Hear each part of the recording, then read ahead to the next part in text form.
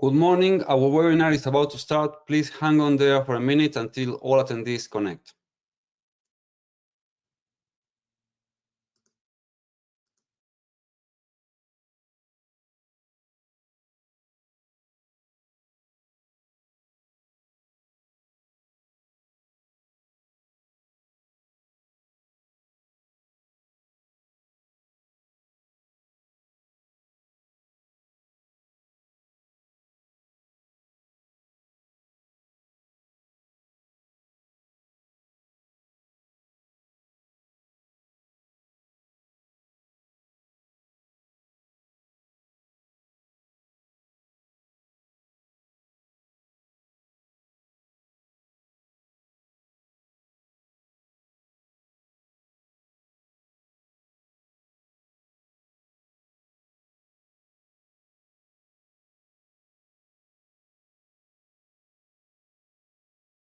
Good morning. My name is Cesar Eliano, and I am the Contact Director for BNamericas.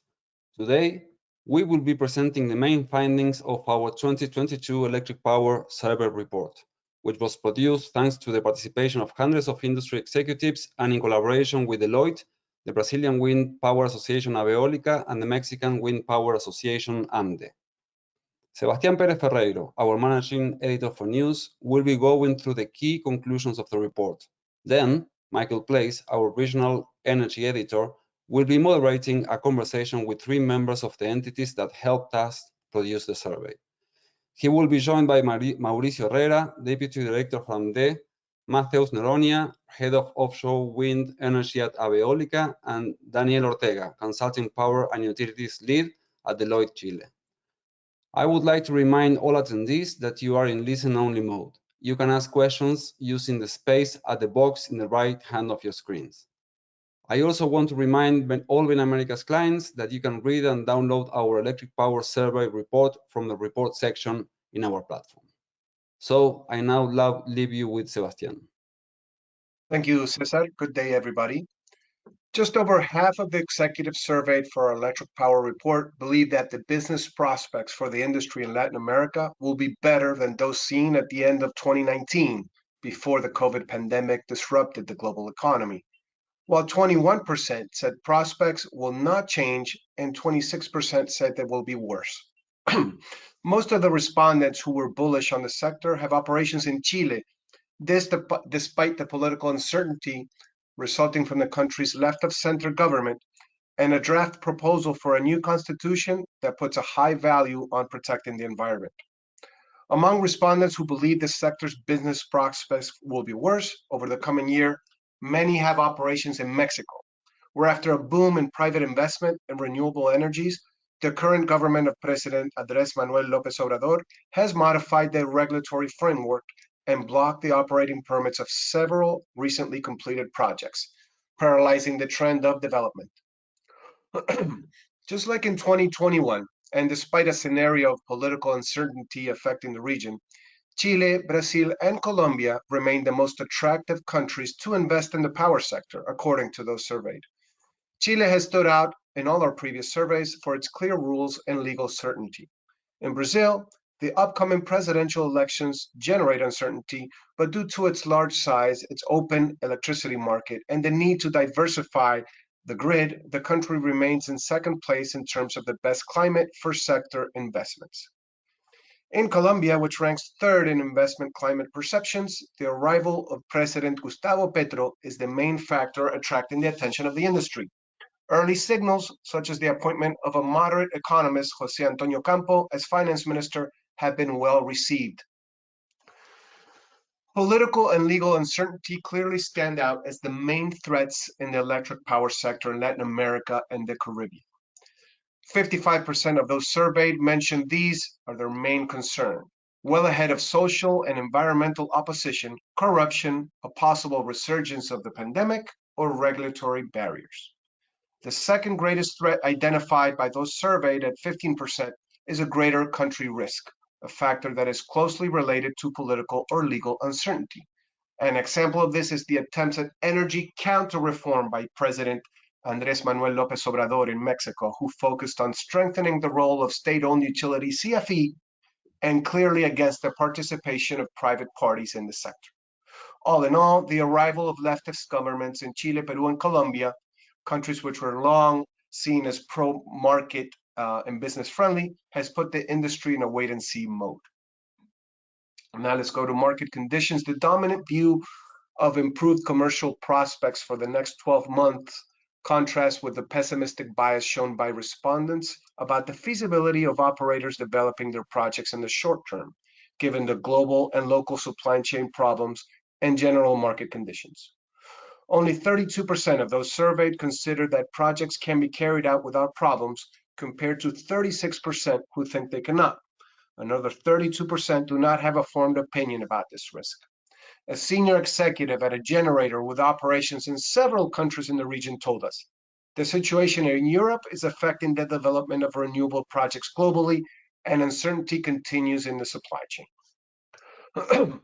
Despite the positive bias about opportunities in the region sector, only a third expressed confidence that the design and approval of new projects will accelerate in the next 12 months. This contrasts with the 2021 survey, when 43% believed project activity would accelerate. The rate of respondents who believe new project activity will slow down this year is 27%, in line with last year's survey. The results reflect the higher levels of economic uncertainty both globally and in Latin America, where the political factor also weighs on prospects. When it comes to spending plans for this year, it appears that any near-term obstacles have not managed to slow down investments. Nearly 2/3 of respondents said their organization planned an increase or large increase in investments, a much higher rate than the one that the sector's prospects to improve. Only 1/3 of respondents in the 2021 survey say they plan to increase investments. But after the pandemic slowdown, companies are perhaps now compelled to push ahead with projects regardless of imperfect conditions. Moving on to financing, this year we see a slight increase in project finance as an option, with 42% of respondents pointing to this mechanism as the main source of financing for energy projects in the short and medium term, compared to 38% last year.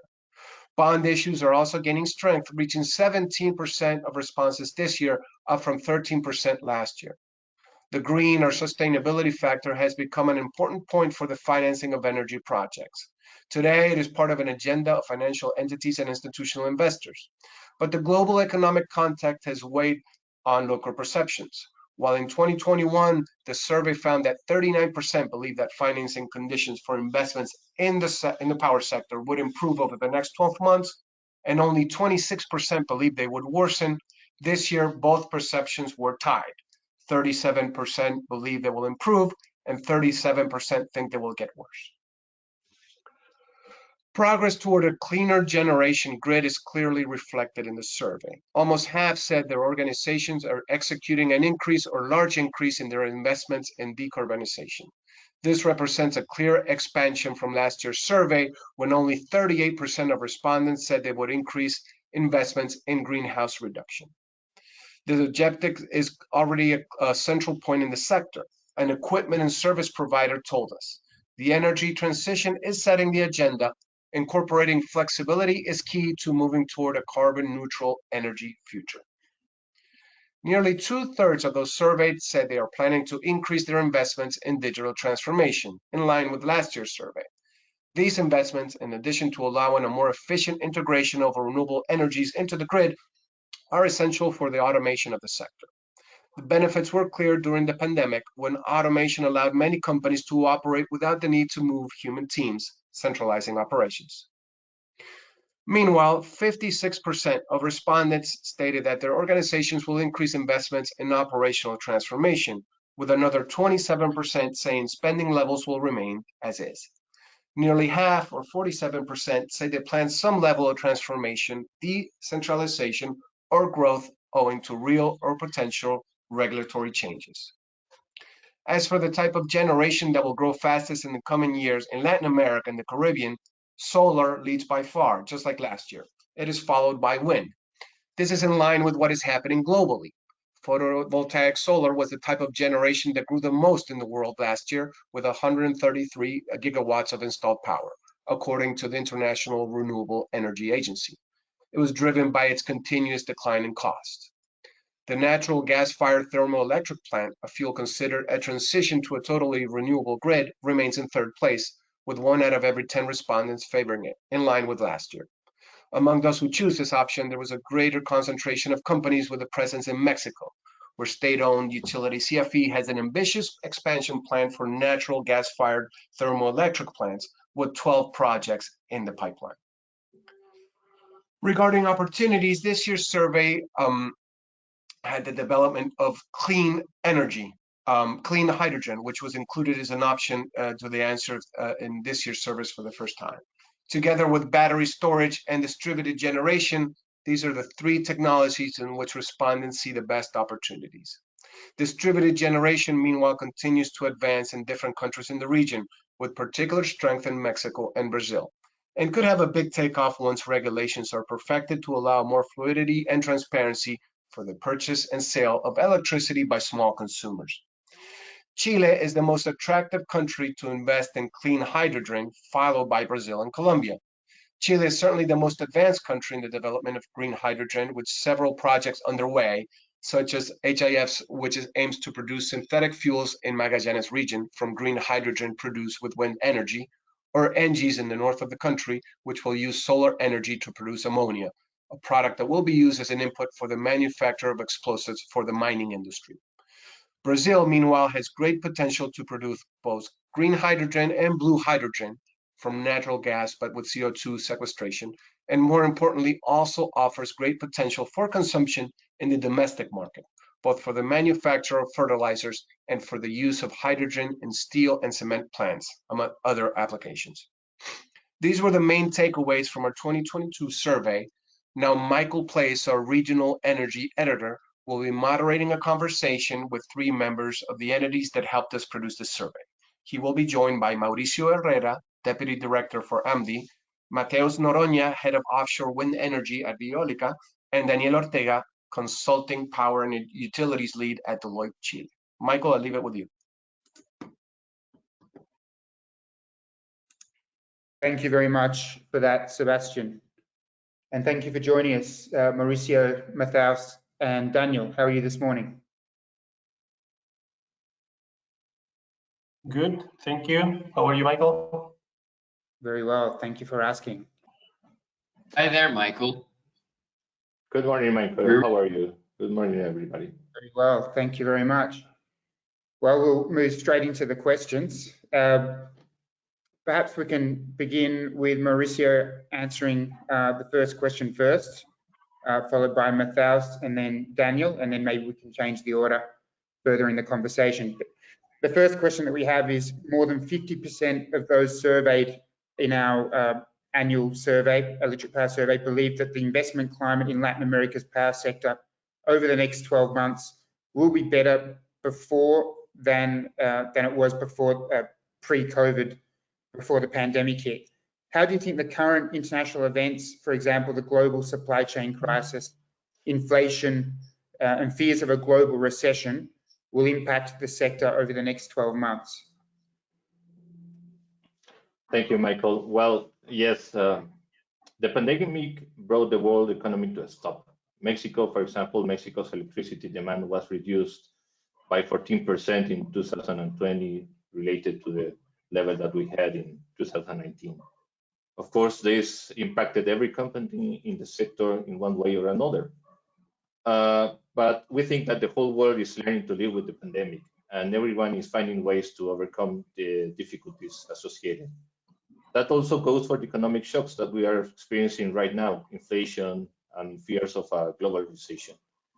In Mexico, during the pandemic, private investment continued in the electricity sector.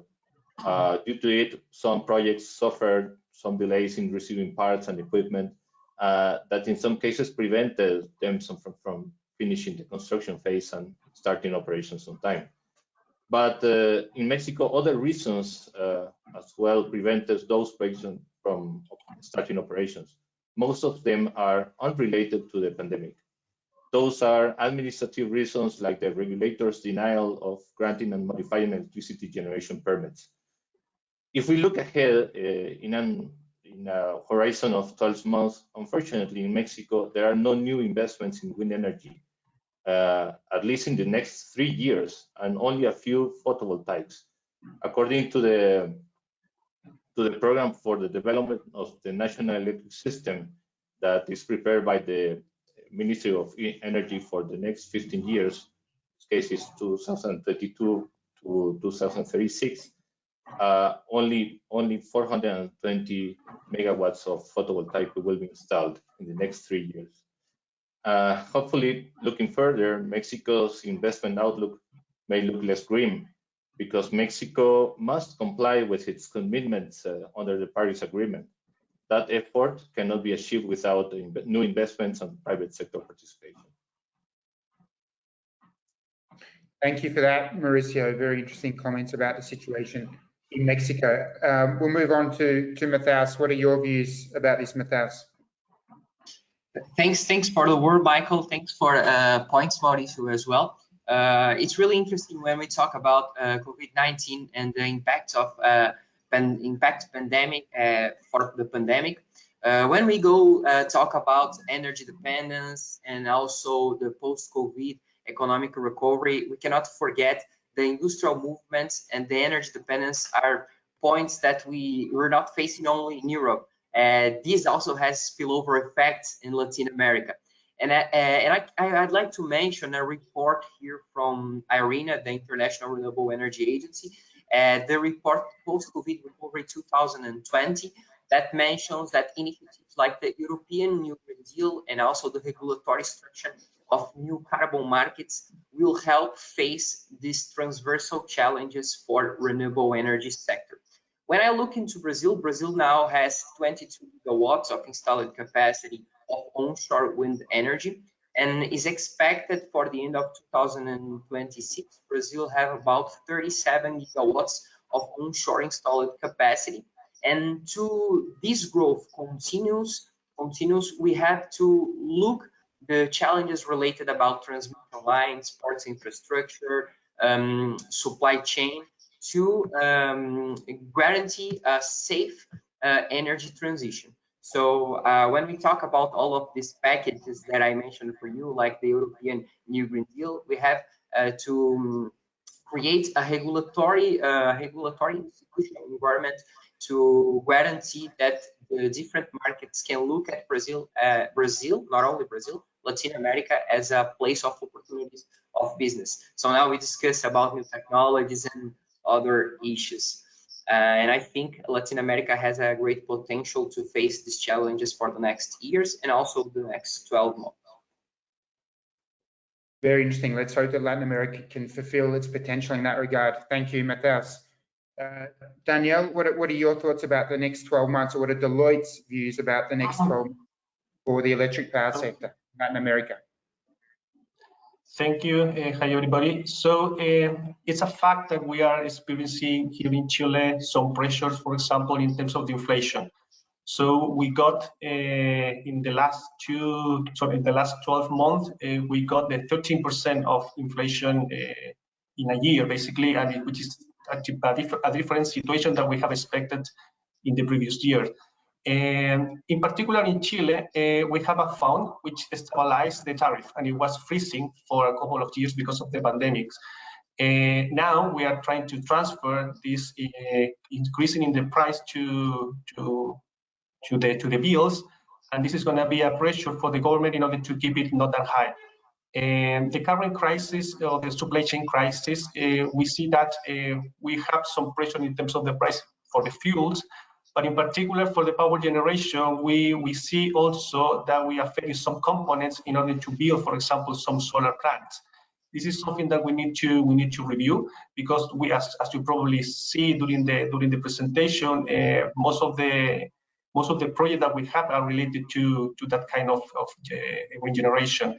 Even though that we see that pressure and that complexity in the future, we see also some opportunities in order to do some management costs, to review the capital management and get some efficiencies, for example, to try to avoid this increase of the pricing that we're going to be part of the things that the clients and also the companies need to review.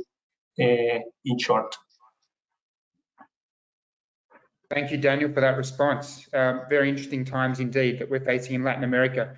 The second question that we have is, despite the political change in Chile, Brazil, and Colombia, both those countries have again been ranked the most attractive countries for investment in Latin America. Do you agree with that view from our respondents? And are there any other countries that stand out for you for their attractiveness? And which countries pose the biggest risk? I think now we can begin with Daniel. So we are experiencing this political change.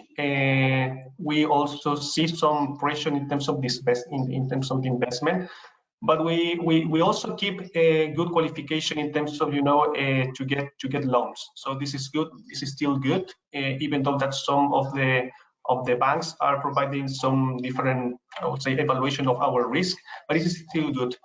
In addition of that, Chile has a plan in terms of developing a strategy for the green hydrogen to establish the project that you mentioned before.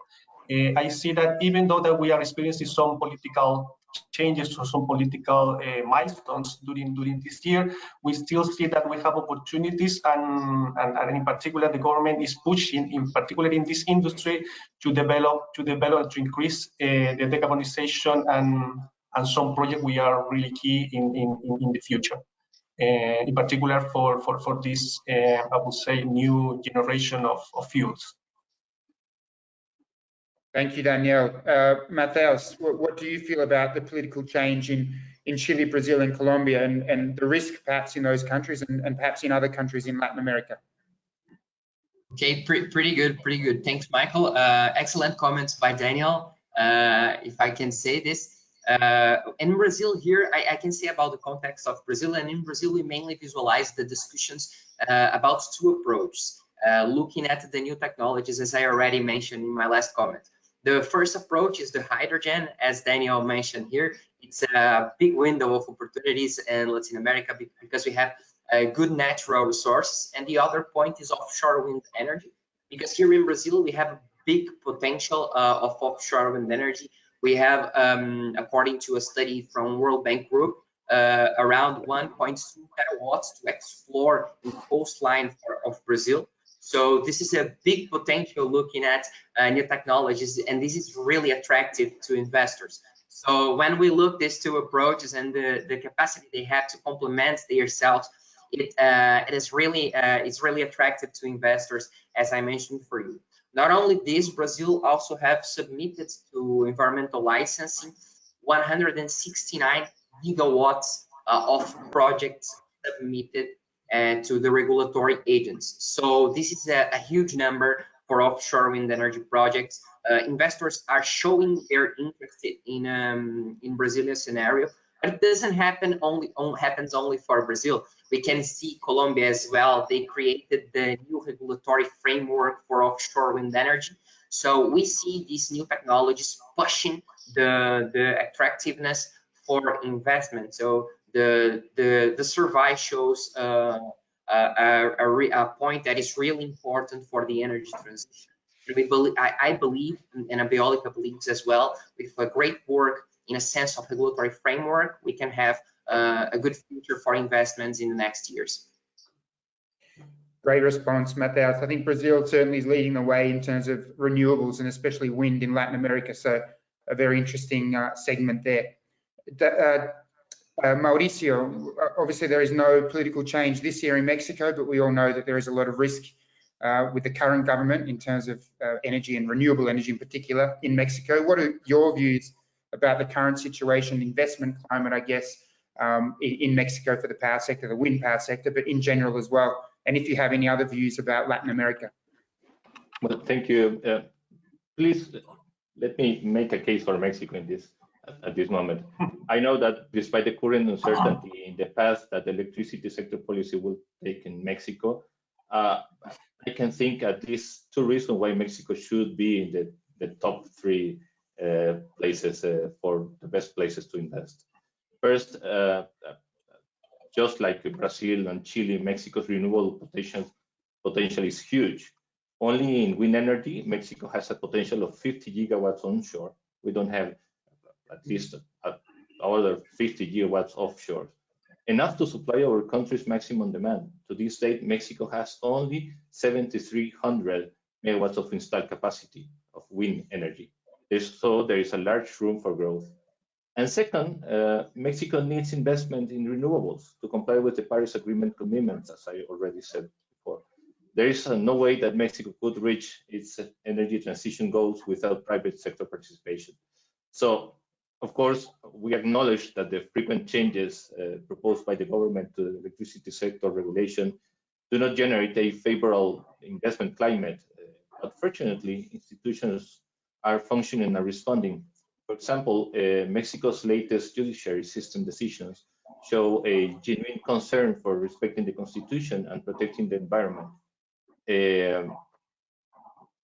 Obviously, by granting protection against the amendments to the law of the electrical industry. We can also mention the rejection of the constitutional reform by the Congress of the Union. Thank you. Great, thanks for that response, Mauricio.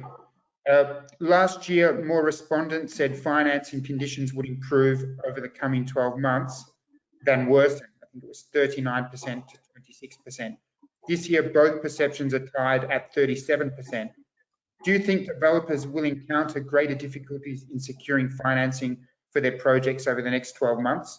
And which types of financing sources do you think companies will tend to look for over the next year? Perhaps, Mauricio, we can begin with you.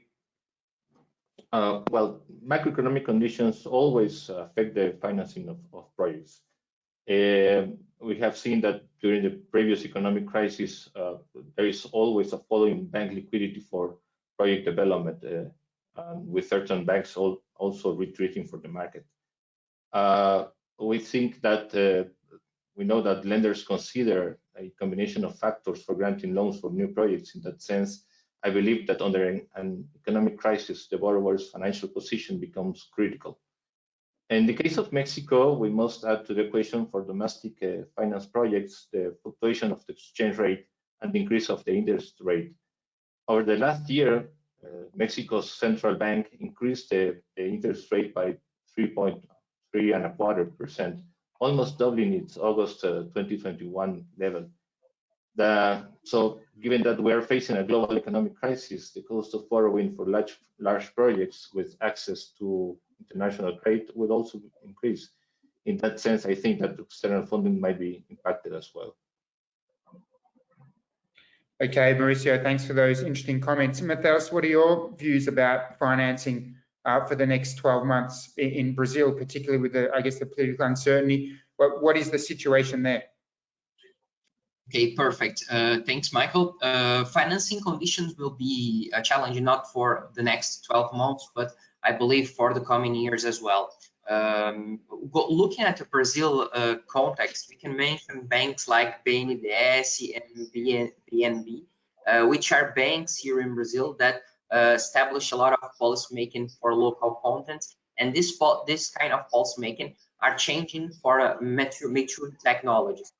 So, however, these banks show these political changes in financing conditions, different financing conditions for maturity technologies, we have to consider that these banks are looking also now for hydrogen, for storage, and also offshore wind energy projects. Here in ABEEolica, we have some working groups, and we had a pleasure to have some of these banks relating their interest in financing these projects, and we believe this will be a new agenda for the next months, especially because the governments are looking at this regulatory scenario to consider the new technologies and the new regulatory frameworks, as we discussed, offshore wind energy, hydrogen, and even storage. So the banks are looking at this point. Here in Brazil right now, we have a productive chain with a potential to produce 5.5 gigawatts per year for onshore wind energy. And in this industry, we see a lot of companies with expertise to produce also components for offshore wind energy and also hydrogen. So we are in a conversation with these companies, and we believe if the banks go in a sense of reproducing the same recipe they did for onshore wind energy, we can have a good productive chain, we can have good financing conditions, not only for the next 12 months, but also for the coming years, as I mentioned. Very interesting comments, Matheus. Thanks for that. Danielle, what are your views? Matheus mentioned the regulatory changes in Brazil. We know Chile has been a leader in terms of regulatory changes with the renewable revolution, I guess. I think storage, for example, microgrids, ancillary services, Chile has been ahead of most other Latin American countries. How does that impact financing prospects in Chile, and how do you feel about financing in general for electric power projects in Chile? Yeah, so basically more than agree with Matheus and Mauricio in terms of the concept that is affecting the global world related to how we can invest, how we can get the return. It's important to understand that in the region we see that the political issues it's something that could avoid some investment. So these banks are looking for countries where they can get the returns in a country where they feel that the political situation is going to be quiet. In terms of that, we see that the government should provide some certainty to the investors. We see that we are, for example, for green hydrogen, the government providing some subsidies in order to develop the business models. But in particular, it's important to understand that as much the government are providing some incentives to the industry in order to invest in decarbonization, digitalization of the operation, and provide an electrical network in order to get more electrification in the country. We see that kind of support from the government is key in this particular time because of the 12 months that we see as a frame. We also have seen internal or local sales in terms of the assets. For example, some generators are selling transmission line, and we understand that this potential assets that they prefer to sell, they use the money in order to invest in the region, not particularly in Chile. And this is a sign that is important to understand that why they prefer to invest in another country instead of doing in Chile. Great, Danielle. Thanks for that response. We'll begin this round of questions with this next question, with Danielle. So we move around the clock the other way. What will be the impact of the current global uncertainty and oil price volatility on the energy transition? Will Europe's need to seek alternative gas sources, for example, prompt Latin American countries to perhaps increase investments in natural gas? And what do you feel will be the impact on renewables? Even though that we see that, for example, when we see that the oil, the fuels are increasing the prices, in terms of the terms, so I think it's the companies are taking that opportunity, for example, to invest in natural gas. But in terms of the long term, the decarbonization or to develop new or green ways to produce energy, it's part of the long term. So even though that it's a specific time that we have that we see that the natural gas is going to be an opportunity, we see that in Chile is going to be part of a decision for this particular moment. And in terms of the long term, we are going to give the strategy, or the companies are going to give the strategy in order to invest in produce energy by green sources. Okay, Danielle, very interesting. Thanks for that. Matheus, what are your views about the geopolitical changes that are occurring at the moment, I guess, on an international level, and the impact on the energy sector in Brazil, both, I guess, in terms of natural gas and obviously your point of view from the wind sector perspective? Perfect. Thanks, Michael. I think the commentaries that Daniel made here are amazing, are in the same sense of Brazil.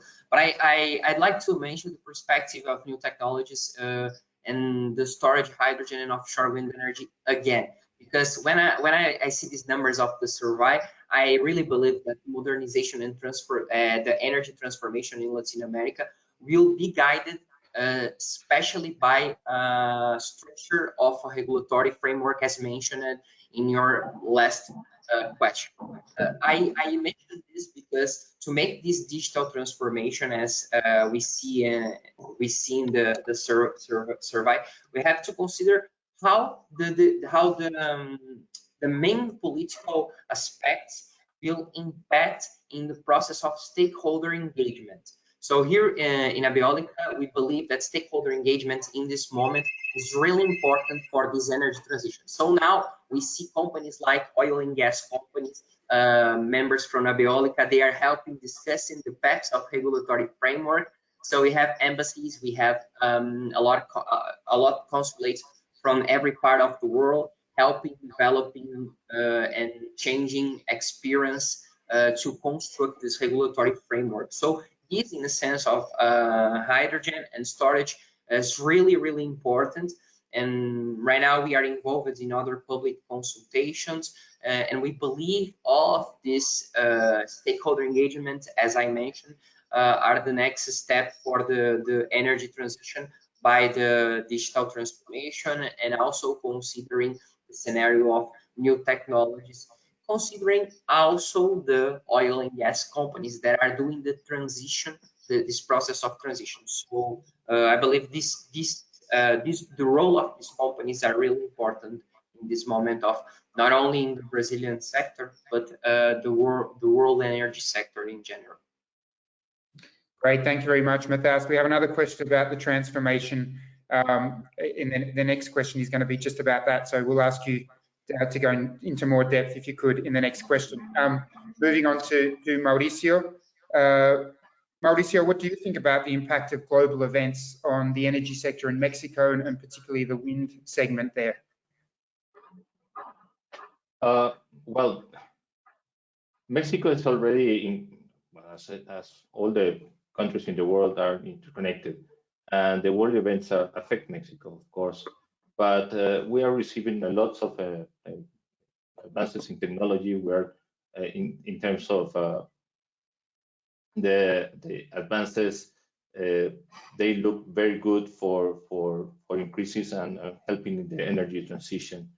We think that Mexico cannot stop working on this matter.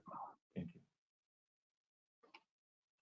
Okay, Mauricio, thanks for that response. So the next question, as I mentioned, is about the energy transformation. Looking more at the operational transformation, in the survey, 47% of respondents said they will increase investments of their organizations, will increase investments in operational transformation over the next 12 months. Sorry, more than 50%, my apologies, 47% said that their entity plans some level of transformation, decentralization or growth owing to real or potential regulatory changes. What types of initiatives, specifically speaking, will contribute to this transformation? Will it be digitization? Will it be plant equipment upgrades, storage, hybrid generations, for example? What types of initiatives are we looking at when we talk about operational transformation and transformation in general? Perhaps, Mauricio, you can begin. Well, for Mexico, I think that energy storage is critical for incorporating more renewable energy to the system, particularly for wind and photovoltaics. Energy storage is becoming a necessary option for integrating these renewable resources and improving power quality, among other benefits of it. Unfortunately, here in Mexico, after 6 years of having an electricity market, we still lack regulations for the energy storage. And there is also a lot of misinformation about the effect of renewables on the national electrical system. So not having this corresponding regulation does not help in generate conditions for the necessary energy transition. Having the energy transition in mind, Mexico needs to increase renewable penetration and strengthen the power grid. That actually includes all the options that you mentioned. Thank you, Mauricio. What are your thoughts about this, Matheus? I think Mauricio and Brazilian context are in the same direction as well. As I mentioned already, I think the role of oil and gas companies now doing the energy transition are really important. And I'd like to mention another report here, which is the Annual Wind Energy Report from the Global Wind Energy Council. And the GWEC states that a lot of oil and gas companies are doing the energy transition, establishing new goals and objectives, looking to the digitalization, looking to renew their portfolio assets, and considering solutions as hydrogen, as storage by hydrogen, offshore wind energy, a good opportunity to make these energy transitions. That's why they can transfer their knowledge and experience for oil and gas to a really similar industry that they are looking as new opportunities of business. So I believe oil and gas companies will have a good role in this scenario of digital transformation and energy transition, and the political changes and regulatory changes will have to be addressed in the scenario of stakeholder engagement. So I repeat again that this is a really important point for our scenario of energy transition, especially for Latin America. Thank you very much, Matheus, for those comments. What do you think, Daniel, about the energy transformation in Chile? So, as a consulting company, we have been supporting many companies in the industry for the operational transformation. In particular, we support, for example, the robotization of the processes, the automation of the processes, and we see that in the upcoming future it's going to be the same. We receive many requests in order to help them out, the companies, to develop this kind of projects in order to, for example, to make a more efficient operation in the generators, in the electrical distributors. In that sense, I would say that we're going to see the same in Chile in order to accelerate that efficiency in terms of the operation. In that particular topic, when we talk about the operational transformation, it's implicit the digitalization of the operation. So for the clients, when the companies try to make easier the way to connect with the companies, and also to be more digitalized the operation itself into the company. In terms of the electrification, it's something that we were discussing internally, that it's something that the country need to make some decisions. For example, the green hydrogen, it's something that is going to be in the upcoming future, something really interesting for the, in particular for the transportation. But we also see that electrification, or for example, to have more vehicles by electricity, are in the short term the investment that we see that the companies are doing here in Chile. But we still have to invest in the green hydrogen. But we see that in the pilots that, for example, in the mining are developing for transportation. When we will have the prices lower than now, we see that it's going to be the future in terms of transportation. We see, for example, Japan that make a decision about to choose if it's going to be the future by green hydrogen or to provide the electrical vehicles. And I think the answer is going to be both of them, depending on the terms. Great, thank you very much for that response, Danielle. We have a couple of questions from the audience. We'll see if we have time to answer them. The first question is regarding Colombia, and I know you guys will be more interested in talking about your respective countries, but the question we have about Gustavo Petro's plans for renewables in Colombia. He has plans to invest a lot more heavily in renewable energy and wean Colombia off oil and gas a lot faster than perhaps the previous administration. I guess, Danielle, maybe you could give your views, general views about this type of policy and how effective you think it could be and how quickly this type of goal could be achieved in terms of reducing Colombia's dependence on oil and gas, and I guess the region's dependence on oil and gas in general. And perhaps Matheus and Mauricio, you could give your perspectives about Mexico and Brazil, and if it would be realistic, perhaps in the short term, for Petrobras and for Pemex to become renewable energy companies, which is what Petro has planned for Ecopetrol here in Colombia. So we'll start with you, Daniel.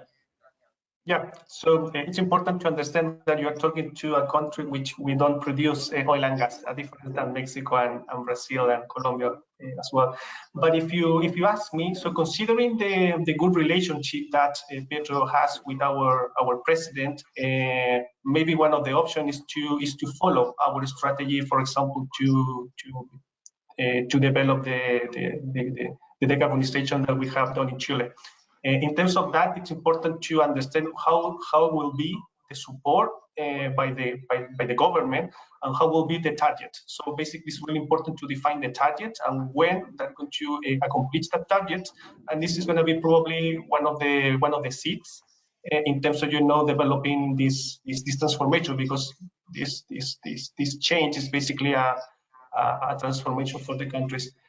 Basically, it was to have a close relationship in terms of providing some feedback how we have done this in Chile, and considering the friendship that we have in terms of the presidential guys. Great, very interesting comments, Daniel. Thanks for that. As you mentioned, Chile isn't obviously a major producer of oil and gas, but I guess your perspective from I guess the regional point of view is very interesting. As you say, the Chilean president and Petro have a good relationship, so let's see how that moves forward. Thanks for your comments. Matheus, what are your views from a Brazil point of view? Okay, Michael. Thanks again for giving me the word. When we look the oil and gas sector and the energy transition by renewable energies, here in ABEEolica, we usually defend that we have to have a diversified metrics to guarantee security for the energy system. And we believe that, as I already mentioned, a lot of companies from oil and gas, and I can mention some of them because they have public goals like Shell and also Equinor and Total Energies. They are looking for this scenario of energy transition, establishing new goals and new targets for 2030. So what governments have to do, and we are discussing a lot in the government.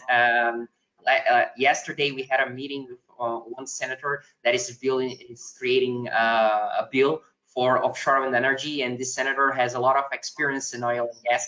So I think this is part of what I call stakeholder engagement for the energy transition.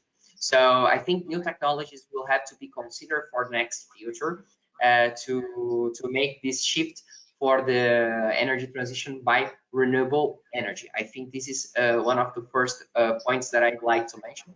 And of course, when we see the trajectory of onshore wind energy here in Brazil, we see space to grow more in sense of renewable energies here, not only for onshore wind energy, but we also have space for solar and other renewable types of energies that can work, as well as a storage like the function of hydrogen, as Daniel mentioned.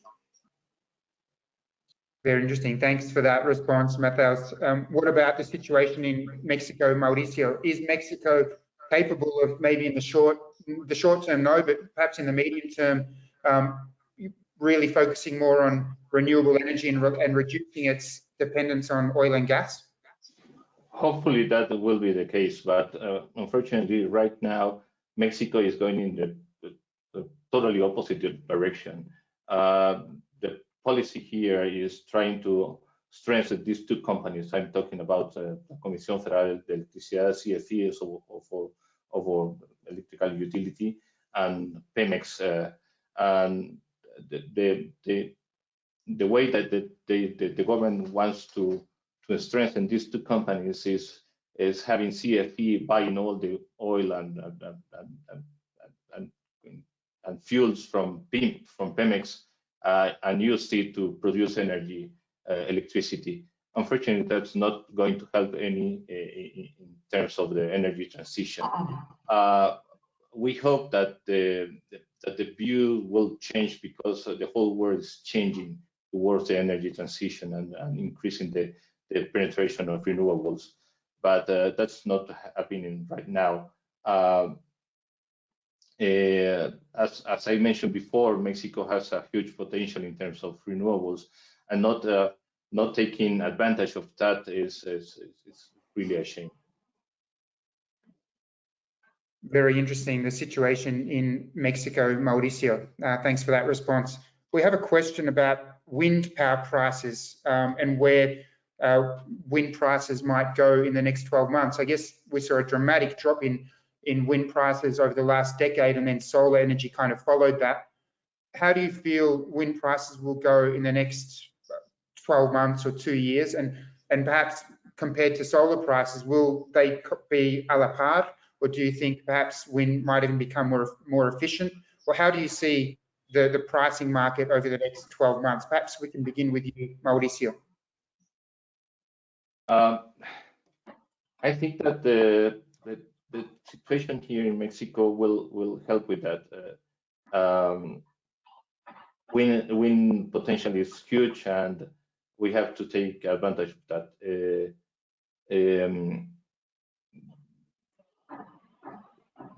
That's my opinion. Thank you. Okay. Let's maybe get the point of view of Matheus. How do you feel about wind prices over the next 12 months, 2 years? Where do you see them going? Okay, it's really important to understand the currently scenario for Brazil. We have the free market, and we also have the regulatory market. So we have already some auctions and some contracts are already going on. So these contracts do the perspective for the next years, and the prices, the volatility of the prices are established in this contracts. But of course, in the PPA, in the free market, it can be varied depending on the technologies we have available to produce renewable energies. So of course, as for a big part of our approach in our conversation about new technologies, considering the hydrogen and other solutions that we mentioned here, even what Mauricio mentioned about storage, it definitely will impact the price volatility for the coming years, not only for the next 12 months. But I think for Brazil, we have a good perspective for the end of this year to grow around 1.5 gigawatt, between around 1.5 gigawatts to 3 gigawatts for the next year. So this is all I can say for the next 12 months. Excellent. Thanks, Matheus. Danielle, perhaps we can kind of change the question a little bit for you, given that solar energy is a lot more focused in Chile. Where do you see solar prices? And maybe you can comment on wind prices as well, but where do you see solar prices heading in Chile? Do you see them becoming getting even lower, or how do you see that over the next 12 months? Yeah, so understanding the first question related to the wind, I think we have to understand that in Chile we have an open market in terms of generation. So basically, the only way that you can provide energy when you generate is related to the marginal cost. So as cheaper as you are in terms of production, it's good because you can be dispatched to the system. But related to your question, I would say that wind and solar, because of the production of the green hydrogen, is an opportunity for both. Because of when we see, for example, the business case related to produce the green hydrogen, the most important thing is how you can have the generation, the power generation as consistent in order to reduce the cost. See, if you produce green hydrogen just by solar, you're not going to have, for example, enough energy to produce in terms of the cost in order to use the whole day. For that reason, the cogeneration to produce green hydrogen using wind and using solar is good in terms of to reduce the cost. And this is basically what the companies and the business model are looking for. So the cogeneration in order to produce that, and for that, in the space for the solars and the winds are completely open because of the south or because of the north of the Chile. Great, thank you for that response, Danielle. I think we have time for one more question. It's about hydrogen. Is the industry able, and does it have the will to change their processes from fossil fuels to hydrogen processes. How is this hydrogen wave different from the previous ones? Perhaps, Danielle, we can begin with you. I think we are in a moment that we are developing, first of all, a business model. Consider how this particular product is going to be sold to the final client, and in that sense, basically the companies are developing different structure in the supply chain and what space they would like to play.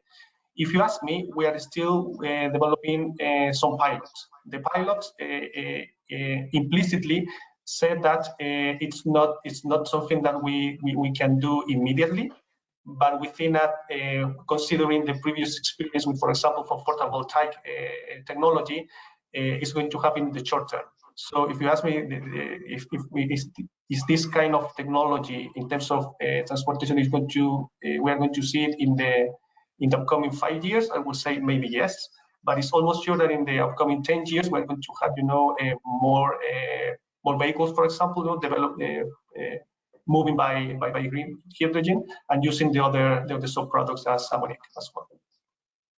Thanks for that response, Danielle. Matheus, what are your views? And I guess an additional question is how much of a spur is hydrogen to the wind energy industry in Brazil? Is it an extra incentive for developers and for more investment?